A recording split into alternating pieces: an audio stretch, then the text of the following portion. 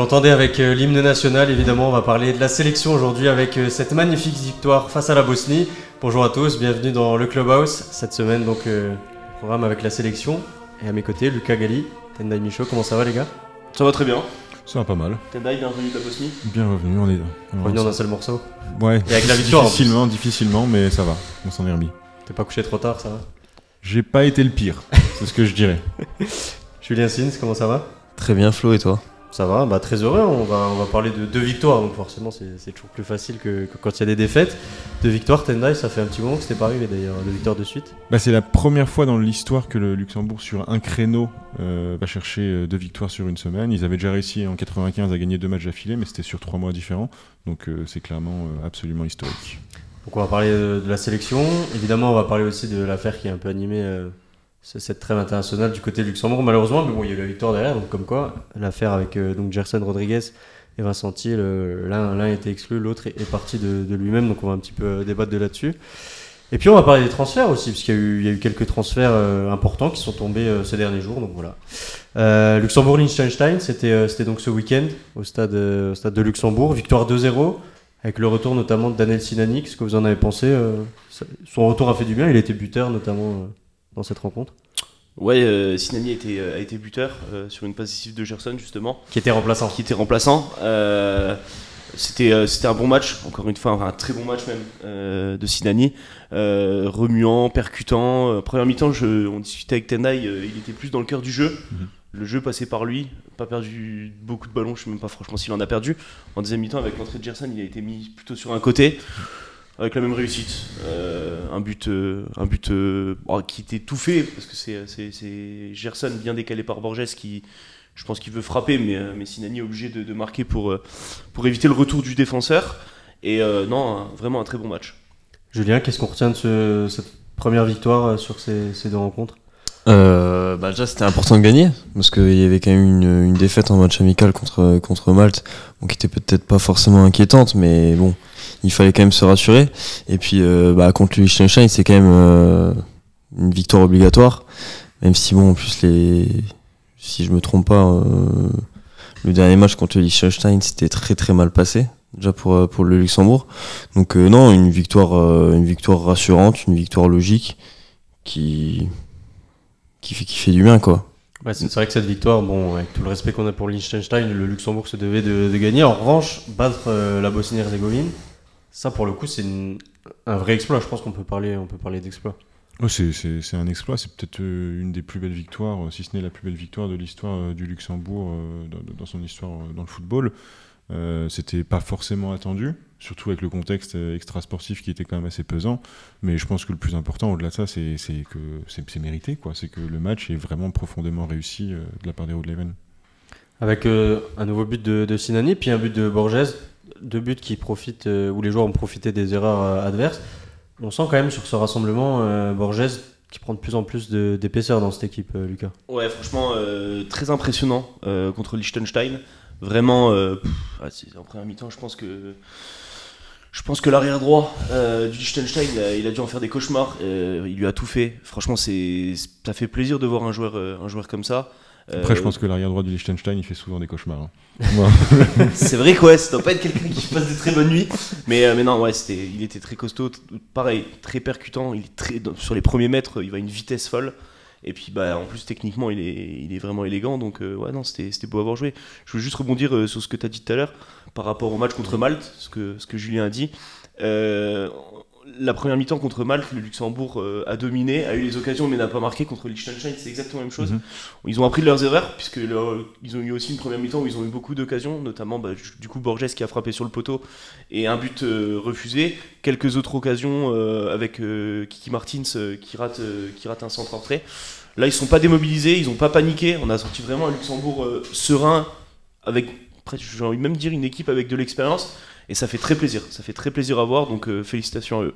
Et qu'est-ce qu'on pense du coup de cette animation sans Gerson Rodriguez?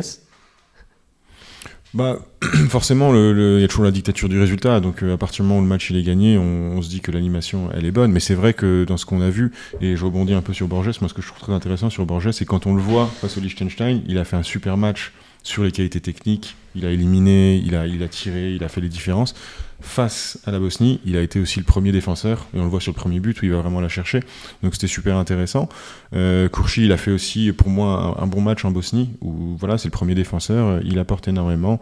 Et puis Sinani, comme toujours, a été absolument monstrueux. Donc la configuration a tenu la route. Rentrer dans le débat, est-ce qu'il faut ça, on y reviendra plus tard, mais non, je pense qu'on a vu une très très belle équipe du Luxembourg avec ou sans Gerson Rodriguez. Et puis l'apport de Borges que les autres n'ont pas, c'est la vivacité, c'est la vitesse. Il y a beaucoup de profils qui sont moins rapides, comme Sinani par exemple. Donc l'arrivée de Borges, sa présence est quand même très importante, et contre la Bosnie, il l'a montré aussi, hein, il a fait beaucoup de débordements et tout, il a beaucoup pesé sur les défenses, donc c'est un très bon élément, et je sais que Lucols aimerait bien qu'il y ait plus de joueurs à vocation offensive, qui soient rapides, qui soient plus vifs. S'il peut y avoir d'autres profils, des profils similaires à ceux de Borges, à l'avenir, ce serait quand même une bonne chose. C'est sûr. On le voit, hein, lui il joue en Bundesliga. Il y a aussi le petit David Jonathans qui est rentré l'autre jour, qui évolue chez les jeunes du Bayern. On voit qu'il y a de plus en plus ce genre de profil percutant dans cette équipe. Ouais, c'est comme dit Julien, Lucols, c'était un de ses problèmes. Il en parlait souvent, qu'il avait beaucoup de joueurs de ballon, mais qui n'étaient pas forcément les plus rapides.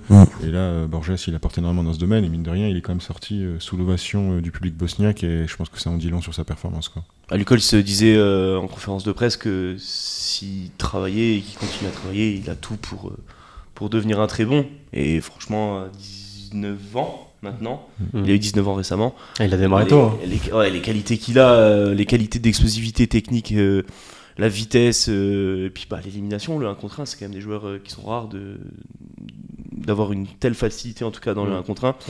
Et je pense que, je sais pas si c'est déjà arrivé au Luxembourg d'avoir un tel joueur dans le 1 contre 1, mais c'est vraiment, vraiment, vraiment impressionnant. Après, c'était Liechtenstein, et la Bosnie l'a plus défendu, mais c'est quand même puis à son âge, à 18 ans, 19 ans, prendre ses responsabilités comme ça dans un match international officiel de qualification pour l'Euro, bon, chapeau. Surtout que là, avec l'absence de Gerson, même de Vincent Thiel, il y avait aussi une certaine responsabilité pour lui aussi dans le jeu offensif et dans le fait de faire la décision. Justement, on va entrer dans le débat, à propos de cette double absence, donc Gerson Rodriguez, Vincent Thiel. Donc on a pu le lire dans la presse locale, le quotidien. Donc l'un a été exclu, l'autre est parti à la mi-temps du match contre le Liechtenstein. Je le disais, 2 buts de Sinani, le but de Borges. Donc la question, on peut se demander si on peut se passer d'eux, mais je vais déjà un petit peu rappeler les déclats de Luc Holtz. Alors Gerson, je l'ai exclu du groupe dimanche matin car il ne s'est pas présenté à l'entraînement. C'est déjà la 3e fois en 15 jours. Il est le premier à qui ça arrive. Vincent est rentré chez lui sans commentaire. Veut-il se joindre à son frère parce que je l'ai exclu? Un problème de fratrie. Si on veut importer la politique de la famille dans ce groupe, alors je ne suis pas la bonne personne. Pour Gerson, ce n'est rien de neuf, ce n'est pas sa première fois. Pour Vincent, par contre, c'est une déception personnelle quand je repense à tout ce qu'on a fait pour lui, tous ces mois où il était blessé, ou quand il avait des problèmes dans son club de Madère. J'ai l'impression que ces gamins oublient parfois qu'on a tout donné pour eux, parce que cela fait quand même 1 ou 2 ans qu'il est en difficulté en club, et quand on voit ses performances. Mais bon, pour moi, quand je vois leur comportement, à un moment, c'est stop. Alors, les gars, est-ce que c'est stop? Gerson Rodriguez, Vincent Thiel. Les situations ne sont pas comparables. L'un est parti de lui-même, l'autre, je pense qu'il s'est fait exclure. Peut-être en je pense on les a très vite associés les deux, mais je pense qu'il y a en effet une grande différence dans ce qui s'est passé. On a d'un côté Gerson qui a été sanctionné pour un manque d'investissement. Il avait déjà été sanctionné, mine de rien, contre Liechtenstein, puisqu'il ne débute pas le match. Apparemment, ça n'a pas amélioré les choses, et derrière, Holtz a pris une décision de l'exclure du groupe. Quant à Vincent, c'est quand même différent. C'est un mec qui est parti de lui-même sans qu'on lui demande de partir. Il a quitté son groupe, il a quitté sa sélection. C'est vraiment pas la même situation pour moi. Donc c'est ces 2 cas qui vont être dans tous les cas compliqués à gérer. Mais ouais, je sais pas trop. Est-ce que vous arrivez à comprendre le Vincent Thiel, par exemple? Je crois qu'il part à la mi-temps en plus du match, parce qu'on l'a pas vu sur la fin de match, sur la célébration avec les supporters. Est-ce que vous comprenez qu'avec il est plus tout jeune non plus, c'est plus le petit jeune de 16-17 ans, il a quand même une certaine expérience maintenant, un certain parcours. Est-ce que vous arrivez à comprendre qu'il prenne une décision comme ça de partir, avec la déception et la frustration, je pense, mais est-ce que vous arrivez à comprendre ce genre de geste? Non, tout simplement non. Je pense que c'est pas professionnel. Qui plus est avec la sélection, tu peux être frustré tu peux être en colère, tu peux avoir beaucoup de choses, mais agir de cette manière, non seulement c'est irrespectueux, mais en plus c'est vraiment te mettre des bâtons dans les roues parce que derrière tu compliques ta situation. Et surtout qu'en commençant comme ça, il y a 5 joueurs ou 10 joueurs qui partent donc à tous les rassemblements, la moitié ils partent parce qu'ils sont pas contents. C'est pas possible de faire ça, quoi. Le foot, c'est un sport collectif déjà premièrement pour moi, donc que tu sois content ou pas avec les choix du coach, tu te dois de, si tu le fais pas pour le coach, tu fais-le pour tes potes avec qui tu joues. C'est quand même des mecs avec qui, bon, j'aime pas trop le terme, mais tu dois partir à la guerre sur certains matchs.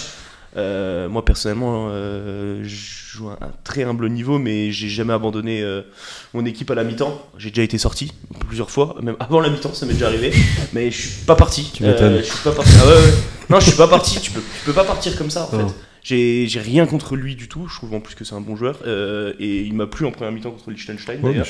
Mais partir comme ça, abandonner les coéquipiers à ce niveau-là, à la mi-temps, et puis qui plus est, quand tu représentes ta nation, quand tu portes le maillot de ta sélection nationale, c'est profondément inadmissible. Moi, je peux pas comprendre, en tout cas pour Thiel.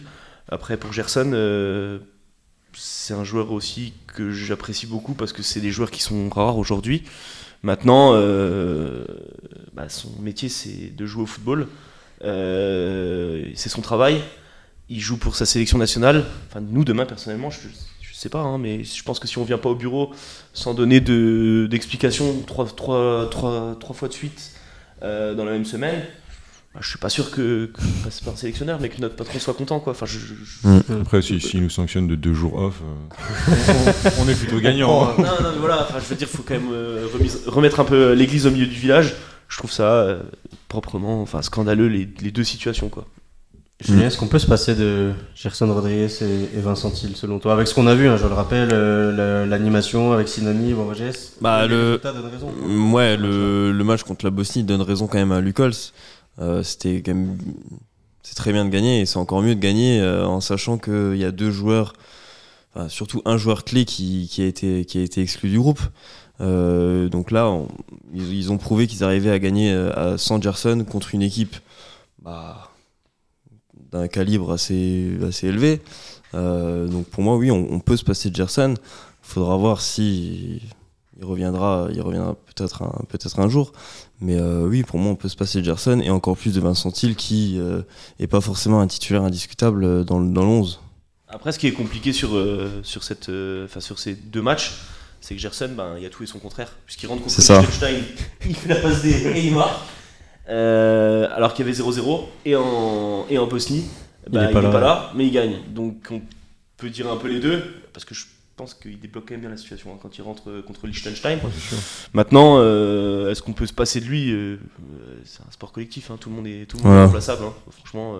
Et sur la durée, parce que là on peut élargir le débat, sur la durée, quelles sanctions faut-il adopter? Gerson, il a été exclu, je pense Luc Holtz peut accepter son retour parce que c'est lui-même qui l'a exclu. Est-ce qu'un Vincent Thiel, peut-être qu'on ne le reverra pas comme son frère parce qu'il est parti de lui-même? Moi, je pense qu'au-delà des qualités purement des joueurs, il y a aussi une autre question qui est la vie de groupe.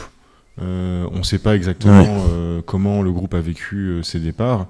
Si y en a plein parmi eux qui se sont dit qu'ils nous ont manqué de respect, qu'ils nous ont lâchés, etc. Et que derrière, en plus, comme on a dit, ils l'emportent contre la Bosnie, c'est peut-être aussi compliqué. Et je pense que c'est des choses qui rentrent en compte dans les paramètres pour le sélectionneur, parce que s'ils vont un consensus qui est en mode ils sont barrés, je vois pourquoi ils pourraient revenir aussi facilement que ça.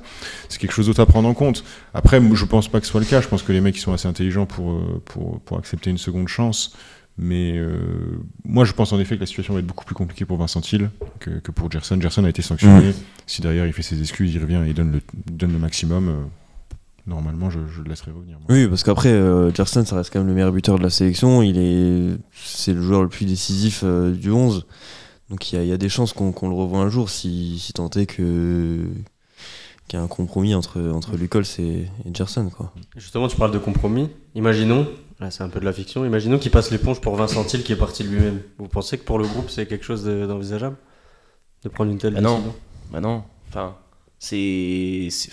après, ça peut arriver, c'est pour ça que je pose la question. Ouais, c'est quelque chose qui peut arriver, mais c'est quelque chose qui ne doit pas arriver. Enfin, c'est pas, comme je l'ai dit tout à l'heure, c'est pas possible de partir comme ça à la mi-temps, sauf pour des raisons perso ou familiales. Hein, mais là, partir comme ça, est-ce que c'est pas de la fiction là, c'est de la science-fiction. La science-fiction.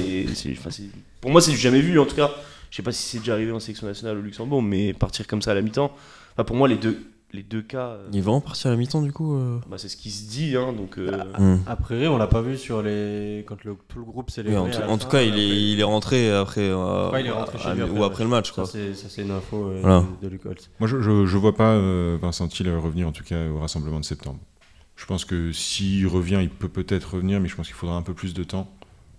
J'ai du mal à imaginer que... Parce que je pense que tu n'envoies pas un très bon message en tant que sélectionneur. Non. Après, c'est déjà arrivé dans d'autres sélections. Hein. Avec Adrien Rabiot en équipe de France, il est pas revenu tout de suite, mais il est revenu, donc bon... Il n'y a rien d'acté définitivement, peut-être, donc peut-être qu'un jour il reviendra. Après, Mais est-ce que... tout le respect que j'ai pour Vincent Thiel, parce que c'est un très bon joueur, c'est pas Adrien Rabiot non plus, quoi. Ah non, c'est pour ça. Il en avait besoin, donc Voilà. c'est pour ça qu'il l'a rappelé. Est-ce qu'il faut que ses performances en club soient Voilà. meilleures qu'actuellement? Parce que, comme l'a dit Luc Holtz, ses performances en club depuis 2 ans, c'est pas... Ah, dingue. Non. Et d'ailleurs, juste quand on revoit les citations du sélectionneur, il fait un petit peu l'amalgame avec son frère. Ça, est-ce que vous pensez que c'est juste pour Vincent Thiel de lui mettre tout de suite dans le même panier, de dire la fratrie qui se lie un peu contre moi? Je pense pas que... Je pense que c'est un peu trop... Il y a trop franco dans ce qu'il dit. Je pense que ce qu'il dit, c'est une réalité. C'est qu'il y a des problèmes aussi avec les frères de Vincent. Donc je pense que ça rentre en compte dans la réflexion. Donc oui, moi, je pense que c'est une réalité. Après, en effet, il faut séparer tous les cas, ça c'est sûr. Mais non, ça me choque pas. Avec le frère de Vincent, parce que Sébastien, pour l'instant, il est... Ouais, non, il a pas été... Là, il était pas là parce Ouais. parce que je crois qu'il était un peu blessé, et puis il se mariait aussi. C'est pour ça qu'il était pas là, mais... Après, il a pas toujours eu le temps de jeu qu'il voulait, je pense. Non. Séba, je pense qu'il y a aussi peut-être une frustration de ce côté-là. Ça, j'en sais rien. On rentre un peu dans la spéculation, évidemment, mais je suis pas sûr que ce soit une relation au beau fixe avec les trois frangins, et forcément, ça joue. Vivement que le 4ème arrive, du coup, le petit Vivement. Marek. Le petit Marek. En tout cas, au stade, Gerson, samedi, avant d'être évincé, il a quand même profité pour célébrer la victoire. Il a fait le show. Ah oui, les caméras, hein. Là, il y avait les caméras. C'était aux caméras, pareil. Ah oui, oui, là, Je crois que c'était plus long que le match. Ouais. Je crois que C'était 92 minutes. ouais, c'est tour d'honneur tout seul, clapping tout seul devant les supporters. Je crois que quand il est rentré au vestiaire, moi j'allais au lit chez Oui. moi, alors que j'habite à 1 heure de route. Mais bon, C'est après pour ça qu'il n'était pas à l'entraînement dimanche matin. Il était encore en train C'est de peut-être ça, ouais. Non, mais célébrer. après tant mieux, c'est un peu partie du folklore. Mais est-ce que peut-être ça témoigne aussi de le fait qu'il célèbre tout seul et pas avec le groupe? C'était aussi peut-être un signal déjà qu'il y avait peut-être un problème quelque part. Ah, déjà on l'a vu au départ quand il était remplaçant, quand il est parti à l'échauffement, on voyait qu'il n'était pas content, hein, d'être remplaçant. Après, Qui est content d'être qui est content d'être remplaçant? C'est un joueur de caractère, c'est un joueur décisif, ce que Julien disait, c'est le joueur le plus décisif du 11. Maintenant, personne n'est content d'être remplaçant. Après, voilà. Ça a marché, hein, il avait été piqué sur ce match-là. Et... Ouais, Mais c'est ça qui est dommage d'ailleurs, je trouve. Parce qu'il a été piqué, il fait son entrée, il est décisif. Faut mettre en place un C'est quand même chaque fou de se dire que le lendemain, à l'entraînement, la même chose se répète, quoi. il aurait été titulaire en Bosnie, hein. Sûr et certain. Ah oui. Avec l'entrée qu'il fait, sûr et certain. Sur certains. Bon, on va parler des transferts un petit peu sur cette fin d'émission. Je reprends ma petite fiche. Alors, un transfert qui nous intéressait, qui nous tenait un petit peu en haleine. Alors, il est français, il n'est pas luxembourgeois, mais il joue au Swift et il a cassé la baraque. Vous voyez de qui je parle, Ryan Philippe. Meilleur buteur du Swift cette saison, dribble d'or 2023 du meilleur joueur de BG League, champion avec le Swift. 33 buts, 28 passes D, toutes compétitions confondues, c'est monstrueux pour un ailier en plus. On attendait son transfert, on attendait de voir où il allait rebondir. Ça parlait des Pays-Bas, on se doutait que ça allait aussi peut-être se diriger vers l'Allemagne. Alors je vais essayer de bien le dire. À l'Eintracht Braunschweig, j'ai essayé, j'ai tenté. Brunswick en français sinon. En français, Brunswick. Brunswick, ouais, c'est plus simple. Qu'est-ce que vous pensez de ce transfert, les gars, des deux Allemandes? Vous êtes surpris, pas surpris? Bonne destination? Bah, il retrouve le monde professionnel, Ouais, ça, c'est déjà ce qu'il voulait. Après, la deuxième division d'Allemagne, je pense que c'est un championnat plutôt intéressant. Hein. Ils ont fait 15e la dernière saison. Ouais, ils ont eu un Peut-être juste petit ça. peu Après, compliqué, s'ils font quoi. Un bon recrutement, enfin, si cet été ça se passe bien et qu'ils font les choses bien, peut-être que ça peut être un concurrent à la montée, mais. Après, Normalement, les stades et tout ça. j'allais dire, des Voilà. stades pleins, des belles ambiances à domicile ou à l'extérieur, c'est le pays où les supporters se déplacent le plus. Et un football généralement offensif. Et j'allais dire, Voilà. un football qui peut vraiment lui convenir. Voilà, pourquoi pas. Hein. Il peut se montrer. Hein. Pour se montrer, pas pire. Hein. Et Lorient m'avait dit que, en 3ème division, il m'avait dit, mais t'as souvent beaucoup d'équipes qui veulent monter et beaucoup d'équipes qui veulent se sauver. Donc ils peuvent vite être dans le train pour espérer la montée. On va voir la saison prochaine. Bah, surtout s'il remet 33 buts, je pense que ça pourrait bien les aider. Bah, il signera au Real. Oui, moi. Lorient, qui t'a dit ça Qui t'a dit ça à quelle occasion? À l'occasion de dribble. Du dernier. Tout à fait. Comme ça, si vous Toujours voulez disponible. checker s'ils sont toujours disponibles et sinon sur le site internet, évidemment, retrouver toutes nos interviews. Par rapport à ce transfert, juste pour finir sur Ryan Philippe, est-ce que vous pensez qu'il a fait le bon choix dans le sens où il l'a pas tapé trop haut tout de suite, peut-être? Pas le bon S'il choix. avait la possibilité. Bah ouais, déjà, est-ce qu'il avait la possibilité de taper plus haut? Ça, on sait pas. Si Arsenal venait toquer, je pense qu'il y allait. Il serait quoi. dans l'avion. Ouais, oui. Voilà, il serait à Londres. Mais s'il y avait eu un club de Ligue 1 en France, par exemple, il serait peut-être ou sûrement allé dans un club de Ligue 1. Ah, je pense qu'il y avait. Moi, franchement, je pense qu'il y avait. Un Club de Ligue 1. Après, est-ce que. En vrai, Je sais pas. pour l'avoir vu jouer plusieurs fois cette saison, est-ce que tu penses que c'est un joueur qui pourrait aller à la Ligue 1? Bah tout de suite, je sais pas. Je pense pas. Non, moi non plus. Mais tu parles en termes de profil ou en termes de profil, ouais. Ah. En termes de profil, dans un championnat un peu plus défensif. Ah. Là, en Allemagne, il peut s'amuser, franchement. Ah oui. Moi, je trouve qu'il a fait le bon choix. Oui, Après, moi aussi. il a eu sûrement des contacts avec des clubs de Ligue 1. Mais c'est toujours pareil, entre contact et vraie offre concrète. Quand on avait été au Swift avant le match contre Dudelange, on avait entendu qu'il avait des contacts avec des clubs de Ligue 1, de Ligue 2, de Serie A. Et qu'il y avait des clubs qui venaient superviser. Il y avait des clubs qui venaient superviser. Alors après, entre avoir des contacts et des offres concrètes, Oui, c'est oui. qu'il y a un monde. Et bon, voilà. Non, mais voilà, oui, moi je pense que c'est un championnat qui prête bien à ses qualités. C'est quand même un gros pas en avant, ça on peut pas dire le Ah oui, contraire. C'est clair. Et je pense que s'il fait une saison comme il a fait à Espérange, ou même ne serait-ce que la moitié que ce qu'il a fait à Espérange, la trajectoire peut sera une saison réussie. continuer d'avancer, quoi. Il sera remplacé numériquement, plus côté droit, à Lucas Correa du Fola, qui, là, pour lui aussi, c'est une vraie progression dans sa carrière. Partir du Fola, il a réussi à se maintenir avec le Fola, et là, il rejoint le champion en titre. Qu'est-ce que vous en pensez? C'est bien pour lui, quand même. C'est bien pour lui, après avoir dans un effectif comme celui d'Espérange, est-ce qu'il arrive à choper du temps de jeu? C'est quand même là où c'est compliqué, on sait qu'il y a énormément de monde à chaque poste. C'est un défi, c'est un gros défi. C'est un mec qui a prouvé qu'il avait énormément de talent au Fola en 3 saisons. Maintenant, à voir comment ça va se passer, à voir si Carlos Anguero le voulait, parce que ça peut aussi jouer un grand rôle. Si c'est l'entraîneur qui l'a demandé personnellement, dans ce cas-là, il y a plus de chances d'avoir du temps de jeu, mais dur à savoir pour le moment. Est-ce que aussi le système, le 3-5-2 de Carlos Anguero, est-ce qu'il va l'appliquer à Espérange? Bon, ça je pense que oui. Mais dans quel poste là il pourra jouer, Lucas Correa? Piston gauche. Ouais, non, c'est vrai que c'est compliqué. S'il utilise le système-là, mon Dieu. Ah, il peut l'utiliser. Espérange, moi, Il peut l'utiliser au milieu aussi. Oui, Je trouve, ouais, il a déjà joué au milieu, donc il peut éventuellement jouer à ce niveau-là. Il y a eu un nouveau départ du côté du Racing. Ça bouge pas mal cet été du côté de ce club-là. Reconstruction. C'est Jonathan Intier qui était là depuis 10 ans, qui s'en va du côté de Chifflange, le promu, qui recrute des joueurs d'expérience. Du Racing d'ailleurs. Oui. Beaucoup de joueurs du Racing. Oui, beaucoup de joueurs du Racing. Ouais, avec Rose, Nakache, Intier, ouais. Kirch à Dudelange. Ouais, je pense que. Non, pour l'instant, c'est un mercato intéressant pour Chifflange. Après, il n'y a peut-être pas que des joueurs d'expérience qui doivent arriver. Enfin, il y aura sûrement d'autres profils un peu plus jeunes, peut-être. Il y a Macali, je crois que. Ouais, ils sont voilà. sur Macali, Ouais. de Bétambourg. Bétambourg. Bon, Ouais. c'est pas fait encore, Donc, je crois, mais ça avance bien, je crois. Donc voilà. C'est bien, on a des petites exclus comme ça en direct. Ouais, bah ouais. Ok, Moi, top. Je suis comme ça, moi. Et Après, d'ailleurs, Intier, on l'avait annoncé en exclu aussi sur le site. Après, le Racing, je sais pas ce que ça va donner l'année prochaine, mais. Ah, ils vont devoir miser sur les jeunes. Hein, Ils sont en train de faire une folie, quoi, jusqu'à maintenant. Ouais. Il y a quand même tous les cadres qui partent. Et pour l'instant. Bah après, ça reste le club de la capitale. J'ose espérer quand même qu'ils vont pas faire une folie au niveau du budget. Mais bon. Il y a quand même du monde qui part. Hein. Il y a quand même vraiment... Et sur chaque ligne, tu perds du monde. Moi, je suis pas sûr que. Et puis ils ont perdu Ruffier aussi. Hein. Ah oui, ça. Qui est parti du côté du Fernand. Et il y a eu un autre départ aussi. Bon, il a peut-être moins joué que les autres. Sam Micheli qui retourne en France aussi. Ça fait un départ de plus, mine de rien. Qui était arrivé en cours de saison. Mais bon, il y a, comme tu dis, Ruffier, ça c'est peut-être la plus grosse perte de cette équipe. Hein. C'était le gardien. Et puis aussi Chauss qui a signé à Dudelange. Chauve qui a signé à Chauss Dudelange, qui ouais. retourne à Dudelange. Ouais, Ça fait du monde, hein. Ah, ça commence à faire beaucoup. Hein. Ils ont toujours Moratovic et Bourg devant pour le moment. Ouais. Goma est toujours là pour le moment. Il y en a encore quelques-uns qui sont encore là, mais Après, ils vont sûrement recruter, je pense, hein, pour pallier à tous ces départs. Ils vont devoir recruter quand même quelques-uns. Il faut, hein, parce que sinon ils vont jouer le maintien. Je ne sais pas, mais en tout cas, ils vont devoir recruter. Il y a un transfert aussi qui est en bonne voie, celui de Vova vers Strassen. C'est pas encore officiel, mais bon, a priori, ce serait bon. Un petit retour au Luxembourg, j'ai vu ça aussi. Moussa Mazou, le fameux Moussa Mazou qui retourne à. Bon, lui, il revient du côté de Belleval. Il avait évolué du côté de la jeunesse. Et Differdange. un match, un rouge. Un match, un rouge, voilà.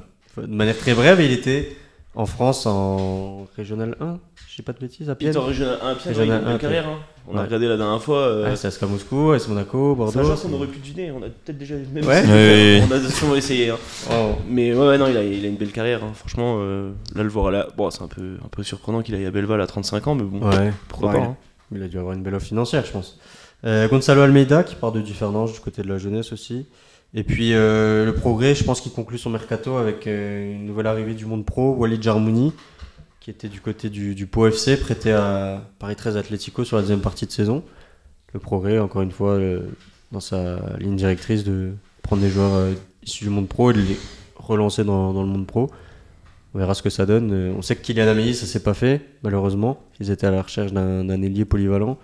On sait que ça bloque avec Ostert. On a fait d'ailleurs une interview à ce sujet. On verra ce que ça donne. Vous pensez que ça peut être une bonne recrue, sachant qu'ils ont déjà pris aussi mixture des jeunes du Havre? Ah, il a joué quelques matchs de Ligue 2, je pense que. Il sait mettre un pied devant l'autre. Ouais, je pense que il n'a pas les boîtes aux pieds, ce garçon.